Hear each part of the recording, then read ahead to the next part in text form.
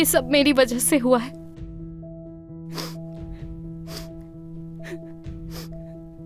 अनम सही कह रही है। काश मैंने तुम्हारा हाथ थाम लिया होता। सब मेरा कसूर है। मेरा कसूर है।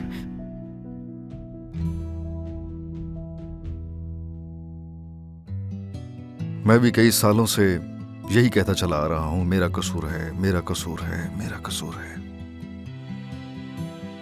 अगर मैंने अपने बाबा को अम्मी के बारे में ना बताया होता तो शायद हादसा भी न पेश आता।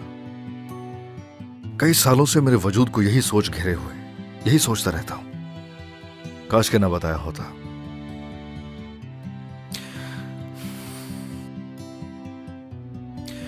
और अब आके लगता है कि